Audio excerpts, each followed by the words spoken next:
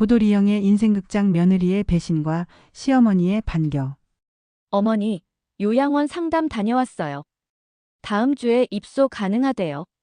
며느리 수진이가 밝게 웃으면서 말합니다. 마치 좋은 소식이라도 전하는 것처럼요.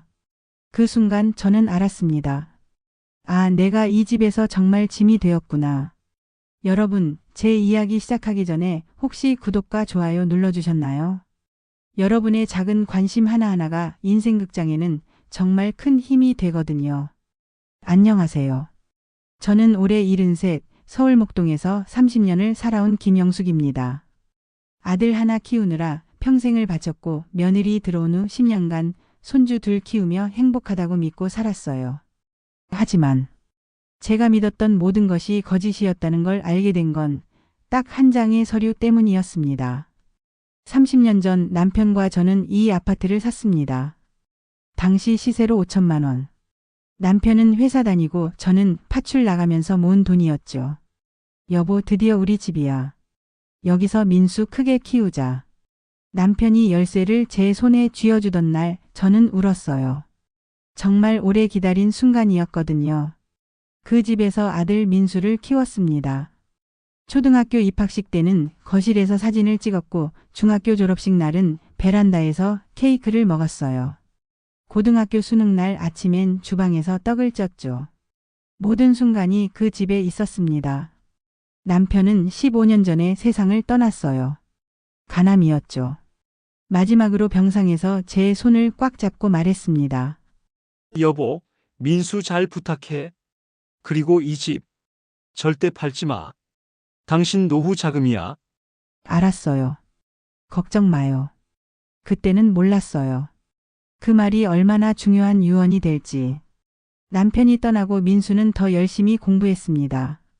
아버지 없는 서름을 딛고 일어서려는 것 같았어요. 밤늦게까지 책상 앞에 앉아있는 아들을 보면서 저는 다짐했죠. 내가 아버지 목까지 해야지. 그렇게 8년이 흘렀습니다. 그리고 민수가 29에 결혼을 했어요. 엄마, 수진이야. 내 여자친구. 처음 만난 수진이는 정말 예쁘고 상냥했습니다. 어머니, 처음 뵙겠습니다. 앞으로 잘 부탁드려요. 공손하게 인사하고 밥 먹을 때도 제 반찬 챙기고 설거지도 도와주더군요. 민수야, 수진이 참 좋은 애구나. 그치? 엄마도 좋아하실 줄 알았어. 결혼 준비하면서도 수진이는 저를 잘 챙겼어요. 예단 고르러 갈 때도 저를 꼭 데려갔고 예식장 예약할 때도 제 의견을 물었죠. 어머니, 이 드레스 어때요? 예쁘다. 수진이한테 잘 어울려. 어머니가 좋다고 하시니까 저도 마음에 드네요. 결혼식 날 저는 정말 행복했습니다. 우리 아들이 좋은 사람 만나서 잘 살 것 같았거든요. 패백 때 수진이가 큰절을 하면서 눈물을 글썽이던 모습이 아직도 기억나요. 어머니, 잘 모시겠습니다. 그 말이 진심이라고 믿었어요. 정말로요. 신혼여행 다녀온 다음 날 수진이가 찾아왔습니다.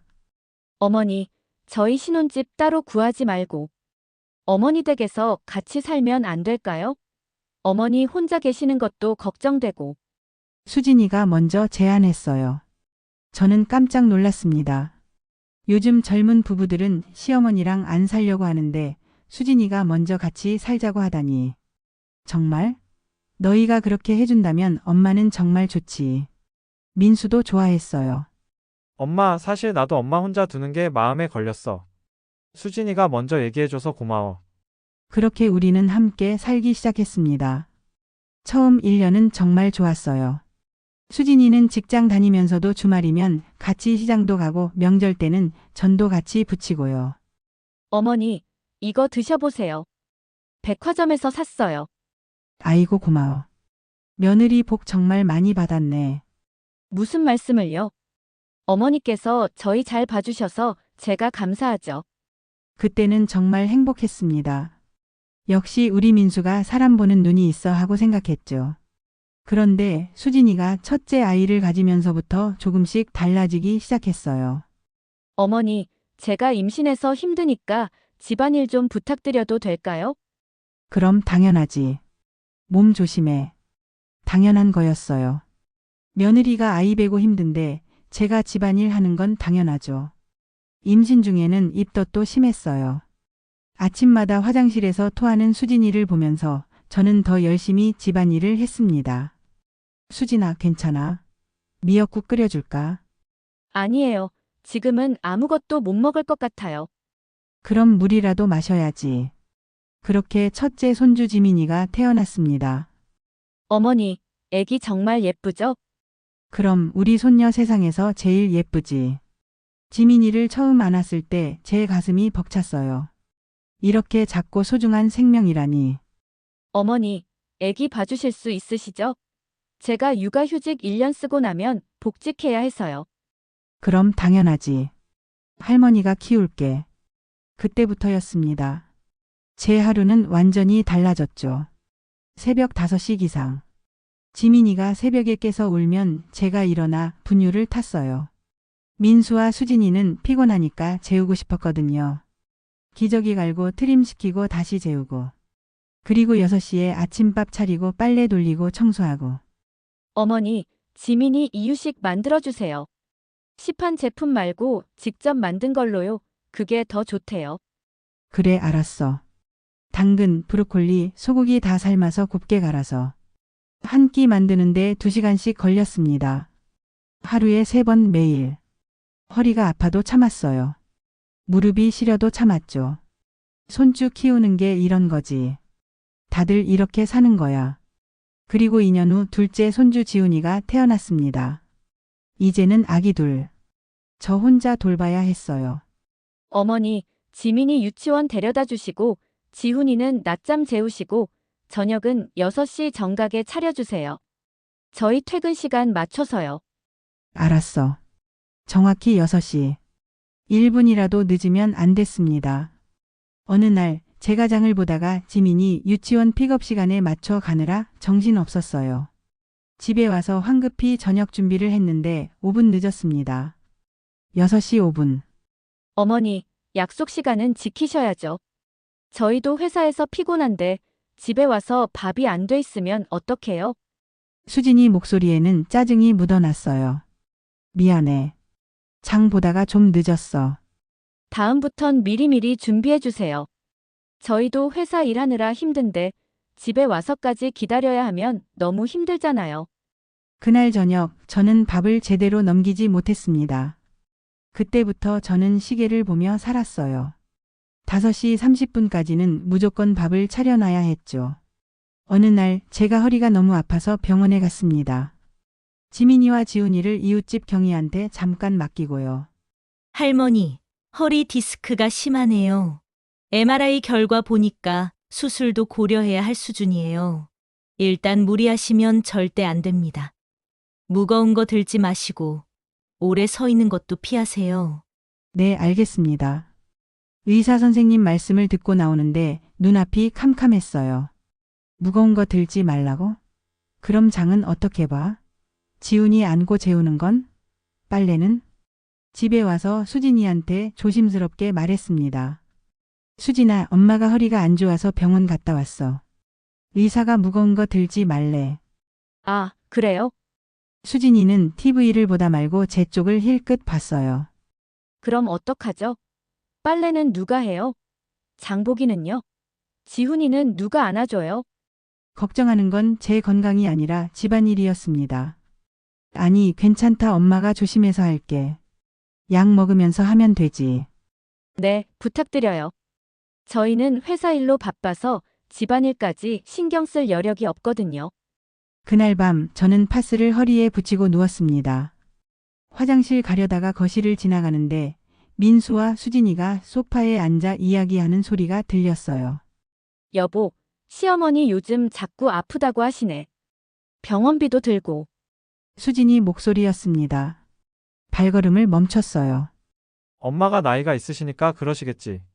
민수가 대답하더군요. 근데 솔직히 우리 인생도 있잖아. 아이들 키우는 것도 힘든데 시어머니까지. 제 심장이 쿵 하고 내려앉았습니다. 그래도 엄마잖아, 어떡해. 나도 알아. 근데 요즘 시어머니 때문에 우리 생활이 너무 제약받는 것 같아. 친구들이랑 외식도 맘대로 못하고 주말에 애들 맡기고 우리끼리 데이트도 못하고. 그건 그래. 여보, 우리 진지하게 생각해봐야 할 것 같아. 시어머니 연세도 있으시고 건강도 안 좋으시고 요양원 같은 데 알아보는 게 어떨까? 저는 그 자리에서 얼어붙었습니다. 요양원? 그건 좀. 엄마가 상처받으시면 어떡해. 상처는 무슨. 요즘 요양원 시설 되게 좋아. 또래 친구들도 많고 의료 서비스도 받고. 집에서 우리한테 눈치 보면서 사는 것보다 훨씬 나을 거야. 그래도 내가 알아볼게. 일단 상담부터 받아보자. 더 이상 듣고 싶지 않았습니다. 저는 조용히 방으로 돌아왔어요. 이불을 뒤집어 쓰고 눈물을 흘렸죠. 내가 애들 인생의 짐이 되는 거구나. 다음 날부터 저는 더 열심히 했습니다. 더 일찍 일어나고 더 완벽하게 집안일하고 아이들도 더 잘 돌보고. 내가 더 잘하면 애들이 편해지겠지. 그럼 요양원 얘기는 안 나오겠지. 하지만 수진이의 태도는 점점 더 차가워졌어요. 어머니, 청소 제대로 안 하셨네요. 여기 먼지 있잖아요. 어머니, 아이들 밥 이렇게 짜게 하시면 안 돼요. 나트륨 과다 섭취하면 건강에 안 좋다고요. 어머니, 빨래 이렇게 하시면 옷 상해요. 섬유 유연제는 왜 안 넣으세요? 뭘 해도 지적이었습니다. 그러던 어느 날 제가 감기 몸살로 열이 38도까지 올랐어요. 온몸이 으슬으슬 떨리고 기침이 멈추지 않았습니다. 침대에 누워 있는데 수진이가 방문을 벌컥 열고 들어왔어요. 어머니, 아프신 건 알겠는데 저녁 준비는 어떻게 하실 거예요? 애들 먹을 거라도 간단히 해주실 수 있죠? 미안해. 지금 몸이 너무 안 좋아서. 일어나기가 힘들어. 에휴, 알았어요. 제가 배달시켜야겠네요. 배달비 아까운데. 문을 쾅 닫고 나가는 소리가 들렸습니다. 그날 저는 혼자 눈물을 흘렸어요. 나는 정말 사람 취급도 못 받는구나.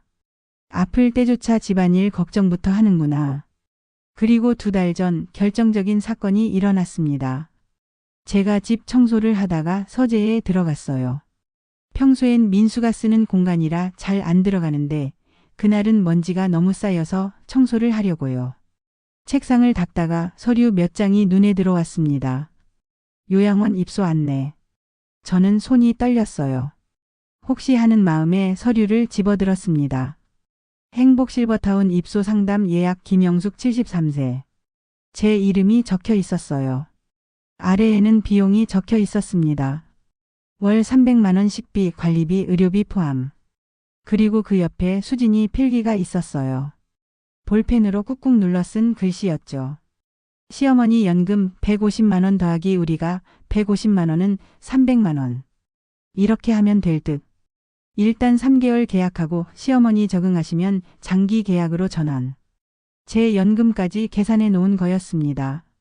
그 순간 모든 게 이해됐어요. 왜 수진이가 결혼하자마자 같이 살자고 했는지. 왜 저한테 아이들 맡기고 맞벌이를 했는지. 왜 저를 부려먹으면서도 최소한의 생활비만 주고 받았는지. 아, 이 집이 목적이었구나. 내 연금이 목적이었구나. 그리고 이제 나는 짐이니까 요양원에 보내려는 거구나. 서류 밑에 팜플렛이 몇 장 더 있었어요. 요양원 내부 사진, 식단표, 프로그램 안내. 수진이가 꽤 오래전부터 알아본 것 같았습니다. 저는 서류를 다시 제자리에 놓고 방으로 돌아왔어요. 손이 떨려서 문고리를 제대로 잡을 수가 없었습니다.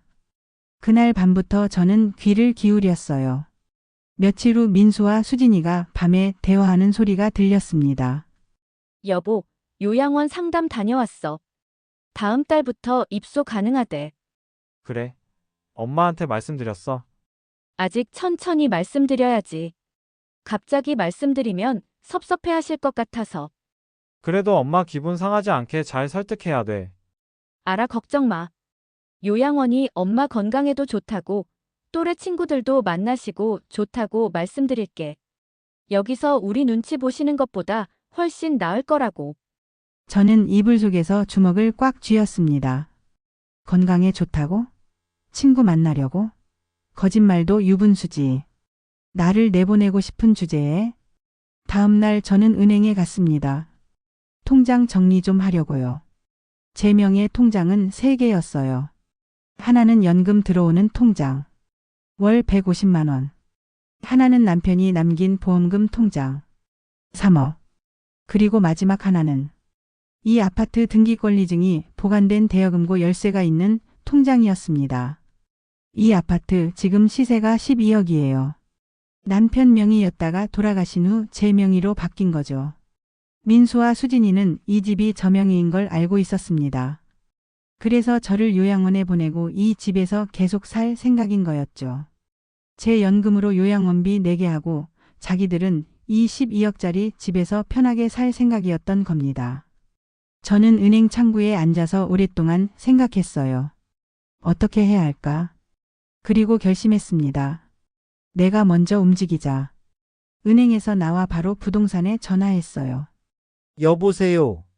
집 매매 상담 좀 하고 싶은데요. 네, 주소 말씀해 주세요. 목동 행복아파트 32평이요. 아, 거기요. 요즘 목동이 시세 많이 올랐어요. 12억은 받으실 수 있을 겁니다. 금매로 내놓으면 얼마나 빨리 팔릴까요? 금매요. 조건 좋은 집이니까 한 달 안에 가능할 겁니다. 빠르면 2주요. 알겠습니다. 일단 알아봐 주세요. 내일 사무실로 찾아가겠습니다. 전화를 끊고 저는 벤치에 앉았어요. 30년을 산 집. 남편과의 추억이 가득한 집. 민수를 키운 집. 그 집을 파는 게 쉬운 결정은 아니었습니다. 하지만 더 이상 그 집에 있고 싶지 않았어요. 남편 미안해. 집 팔지 말라고 했는데. 근데 나도 이제 내 인생을 살고 싶어. 2주 후 매수자가 나타났습니다. 30대 중반으로 보이는 젊은 부부였는데 임신 중인 아내와 함께 왔더군요. 할머니, 집이 정말 잘 관리돼 있네요. 여기서 우리 아이도 키우고 싶어요. 그래요. 좋은 집이에요. 행복하게 사세요. 젊은 아내가 거실을 둘러보며 말했어요. 햇빛도 정말 잘 들어오네요. 여기 베란다에서 아기 놀리면 좋겠어요. 여기 학군도 좋아요. 초등학교도 가깝고요. 정말요? 그럼 더 좋네요. 그들의 밝은 얼굴을 보니 왠지 마음이 놓였습니다. 이 집에 다시 행복한 가족이 사는구나. 계약금을 받고 한 달 후 잔금을 치르기로 했습니다.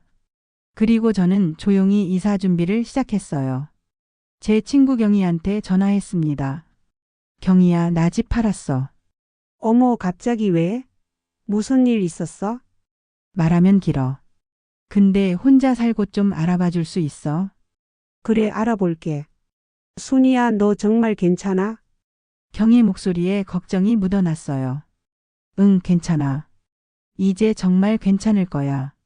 알았어. 나한테 맡겨. 경희가 일주일 만에 연락이 왔습니다. 순이야, 경기도 평택시에 괜찮은 오피스텔 있어. 전세 1억이면 되는데 조용하고 좋더라. 공원도 바로 앞이고. 그래? 사진 좀 보내줄래? 사진을 받아보니 작지만 깨끗했어요. 햇빛도 잘 들어오는 것 같았습니다. 좋아. 계약하자. 진짜. 가보지도 않고. 응. 내가 봤으면 됐어. 믿어. 알았어. 내가 계약해 둘게. 바로 계약했습니다. 그리고 이삿짐 센터도 예약했어요. 민수와 수진이는 전혀 몰랐습니다.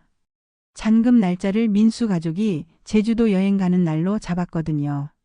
일주일 전 민수가 말했어요. 엄마, 이번 주말에 제주도 가려고요. 2박 3일. 회사에서 휴가 나왔어. 그래? 좋겠다. 잘 다녀와. 엄마는 집에서 편히 쉬세요. 냉장고에 반찬 해놓을게요. 수진이가 덧붙였어요. 어머니, 저희 없는 동안 편하게 쉬세요. 애들 챙길 필요도 없으니까요. 그래, 알았어. 편히 쉬라고? 너희가 돌아올 땐 이미 이 집 주인이 바뀌어 있을 텐데. 여행 가는 날 아침, 저는 평소처럼 일찍 일어나 아침을 차렸습니다. 마지막이라고 생각하니 눈물이 났어요. 할머니, 다녀올게요. 지민이와 지훈이가 제게 달려와 안겼습니다. 할머니, 선물 사올게요. 그래, 재미있게 놀다 와. 할머니가 손주들 많이 사랑해. 엄마 잘 계세요. 민수가 가방을 들고 나가면서 말했어요. 수진이는 저를 힐끗 보고는 아무 말 없이 따라 나가더군요. 마지막까지 눈인사도 없었습니다. 문이 닫혔어요. 저는 한참 그 문을 보다가 천천히 돌아섰습니다. 이제 시작이다. 오후 2시 부동산 사장님과 매수자 부부가 왔습니다. 할머니 잔금 준비됐습니다. 네, 저도 준비됐어요. 서류에 도장을 찍었어요. 도장이 찍히는 소리가 이렇게 크게 들릴 줄 몰랐습니다. 30년의 무게가 그 소리에 다 담긴 것 같았어요. 할머니, 언제 이사 가세요? 오늘이요. 오늘이요? 벌써? 네. 이미 짐 다 쌌어요. 오후 3시 이삿짐 센터가 왔습니다. 아저씨들이 제 짐을 나르기 시작했어요. 제 짐은 많지 않았습니다. 옷가지 몇 개, 사진 앨범, 남편 유품 몇 개, 손주들 사진. 할머니, 짐이 참 적으시네요. 30년 사셨다고 하셨죠? 네, 30년요. 보통 이 정도 오래 사신 분들은 짐이 엄청 많은데 할머니는 정말 적으시네요. 그동안 남을 위해서만 살았거든요. 내 물건은 별로 없어요. 아저씨는 아무 말 없이 고개를 끄덕이고 짐을 날랐습니다. 저는 마지막으로 집 안을 한 바퀴 돌았어요. 거실. 여기서 민수 돌잔치 했었죠. 친척들 다 모여서 떡 먹고 노래 부르고. 주방. 여기서 매일 아침 남편 출근 도시락 쌌어요. 김밥, 주먹밥, 샌드위치. 안방. 남편이 마지막으로 누워있던 곳. 제 손을 꼭 잡고 사랑해라고 했던 곳. 민수방. 수험생 시절 밤늦게까지 불이 켜져 있던 방. 수진이네 방. 처음 며느리가 들어왔을 때 제가 이불 새로 사서 깔아줬던 방. 아이들 방. 지민이와 지훈이 재롱 부리던 곳. 30년의 기억이 모든 공간에 스며 있었습니다. 안녕. 작게 중얼거리고 문을 닫았습니다. 열쇠는 부동산에 맡겼어요. 새 오피스텔은 작았지만 아늑했습니다. 창문을 열면 공원이 보였고 참새들이 지저귀는 소리가 들렸어요. 여기가 내 집이구나. 짐을 풀면서 핸드폰이 울렸어요. 민수였습니다. 엄마, 제주도 날씨 정말 좋아요. 바다도 보고 맛있는 것도 먹고. 엄마도 다음엔 같이 와요. 그래, 재미있게 놀아라. 네, 모레 들어갈게요. 그때 봬요. 그래. 전화를 끊고 저는 달력을 봤습니다. 모레면 알게 되겠구나. 이틀 후 제주도에서 돌아온 민수 가족이 집에 도착했습니다. 그리고 현관 비밀번호가 안 열렸어요. 민수가 저한테 전화가 오더군요. 엄마, 비밀번호 바뀌었어요. 안 열려요. 응. 바뀌었어. 왜요? 새로 설정하신 거예요? 비밀번호 뭐예요? 아니야. 집주인이 바뀌었어. 네? 긴 침묵이 흘렀습니다. 엄마. 무슨 말씀이세요? 무슨 소리예요? 그대로야. 이 집 팔았어. 너희 여행 간 사이에. 뭐라고요? 민수 목소리가 떨렸어요. 엄마, 농담이시죠? 설마. 진짜로? 진짜야. 12억에 팔았어. 전화 너머로 수진이 소리가 들렸습니다. 어머니, 지금 무슨 말씀 하시는 거예요? 내가 이 집 팔았다고. 너희 없는 동안. 왜요? 갑자기? 너희가 나 요양원 보내려고 했잖아. 또 침묵이 흘렀습니다. 그건 어머니 건강 때문에 좋은 곳으로. 좋은 곳? 내 연금으로 요양원비 내게 하고 너희는 이 집에서 계속 살 생각이었지? 어머니, 서재에서 서류 봤어. 다 봤어. 요양원 입소 안내, 비용 계산한 것까지. 수진이가 말문이 막혔는지 아무 말도 못하더군요. 괜찮아. 이해해. 너희도 너희 인생이 있으니까. 나도 이제 내 인생 살 거야. 엄마, 어디 계세요? 지금 어디서 전화하시는 거예요? 내 집에서. 내가 새로 구한 집. 새 집이요? 응. 경기도 평택 오피스텔. 작지만 좋아. 너희 눈치 안 보고 살 수 있어서. 엄마. 우리가 잘못했어요. 진짜 미안해요. 다시 생각해 주세요. 제발. 민수 목소리에서 울음이 섞여 나왔습니다. 이미 늦었어. 새 집주인이 내일 입주한대. 수진이 목소리가 높아졌어요. 저희는 어떡하라고요? 갑자기 집이 없어졌는데. 저희 살 곳은요? 너희가 알아서 해. 젊으니까 얼마든지 구할 수 있잖아. 어머니, 나도 이제 내 인생 살 거야. 30년 동안 너희 위해 살았으니까 남은 시간은 나를 위해 살 거야. 엄마. 전화를 끊었습니다. 그날 밤 저는 처음으로 제 집 침대에서 편하게 잤습니다. 그 후로 민수한테서 매일 전화가 왔어요. 하지만 저는 일주일 동안 받지 않았습니다. 일주일 후에야 받았어요. 엄마. 왜? 엄마 정말 미안해요. 우리가 정말 잘못했어요. 알았어. 엄마 만날 수 있을까요? 얼굴이라도 보고 싶어요. 그래. 오너라. 한 달 후 민수가 제 오피스텔을 찾아오더군요. 초인종이 울렸을 때 가슴이 두근거렸어요. 문을 열었습니다. 엄마. 민수는 많이 야위어 있었어요. 눈 밑에 다크서클이 가득했습니다. 들어와. 민수가 조심스럽게 들어왔어요. 집 안을 둘러보더군요. 엄마 여기서 사세요? 응. 어때, 괜찮지? 작네요. 나 혼자 살기엔 딱 좋아. 민수가 고개를 떨궜습니다. 엄마 정말 미안해요. 우리가 너무 못됐어요. 엄마를 짐처럼 생각했어요. 이제 알았니? 엄마를 당연하게 생각했어요. 엄마가 해주시는 모든 게 당연한 줄 알았어요. 눈물이 뚝뚝 떨어졌습니다. 그래. 나도 알아. 근데 이제 됐어. 엄마 다시 같이 살 수 없을까요? 제가 정말 잘할게요. 수진이도 많이 반성했어요. 저는 고개를 저었어요. 안 돼. 나는 이제 혼자 사는 게 좋아. 엄마. 민수야, 너는 너대로 살아. 엄마는 엄마대로 살고. 우리 이제 각자 인생을 살자. 그래도 가끔은 가끔 연락하고 가끔 보자. 하지만 같이는 안 살 거야. 그게 서로한테 좋아. 민수는 한참 동안 울었습니다. 수진이는? 차에서 기다려요. 어머니 뵙기 죄송해서. 그래. 민수가 가방에서 봉투를 꺼냈어요. 엄마 이거라도 받아주세요. 생활비. 필요 없어. 엄마 돈 있어. 그래도 가져가. 너희가 더 필요할 거야. 집도 새로 구해야 하고.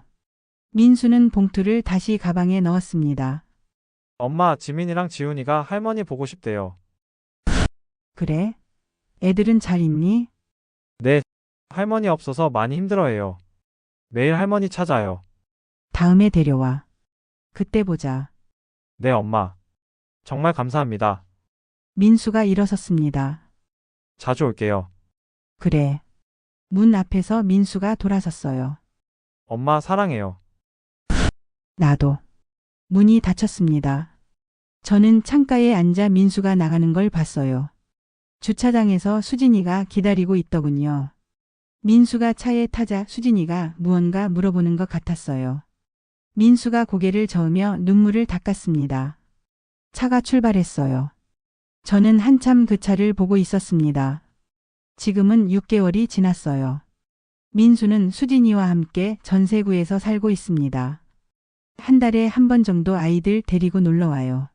할머니, 지민이와 지훈이가 저한테 달려옵니다. 우리 손주들 많이 컸네. 할머니, 보고 싶었어요. 아이들을 안고 있으면 마음이 따뜻해집니다.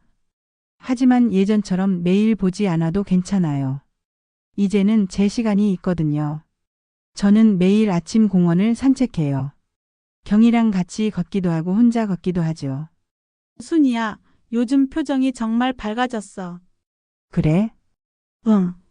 예전에는 항상 뭔가 짐진 것 같았는데 이제는 정말 자유로워 보여. 맞아요. 저는 이제 자유로워요.